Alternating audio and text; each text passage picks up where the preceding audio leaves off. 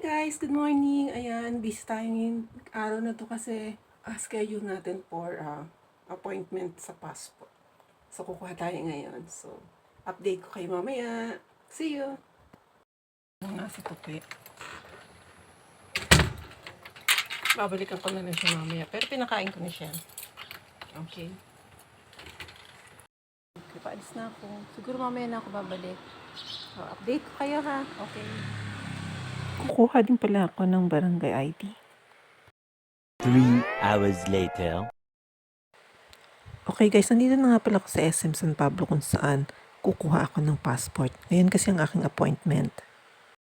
Ilang beses na ako guys na nakakuha ng passport pero sa lahat ng pinagkunan ko, dito ang pinakamadali, less effort, less expenses, at mabilis. So napaka-ideal para sa akin since malapit lamang ito sa amin.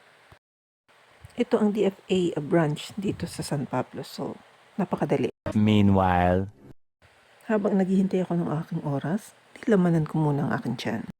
8 pa more. Yan nga pala ang aming pila. Maayos, tahimik. Since kukunti lang naman ang naka-schedule ngayon, mas mabilis para sa amin. Nag-online appointment ako guys. Finally, nakapasok na ako at waiting na lang ako para tawagin ang aking pangalan. Ayan, finally natapos din. So waiting na lang tayo for the releasing. Regular processing nga pala ang pinili ko, so 950 lang binayaran ko plus service fee. Sa 7-Eleven ako nagbayad. Dalawa nga pala ang option for releasing. It's either pick up or delivery. Ang pinili ko ay pick up para makapasyal ulit ako. Since hindi naman rush ang in-apply ko, so more or less 15 days and more bago siya ma-release. So mag-wait na lang ako sa advice ng DFA. Ang DFA San Pablo branch nga pala ay matatagpuan dito sa loob ng SM San Pablo, 2nd floor.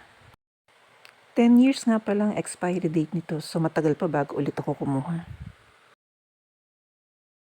Okay guys, pauwi na ako kasi naghihintay na sa akin si Tupi. Kawawa naman yung aking mahal na aso.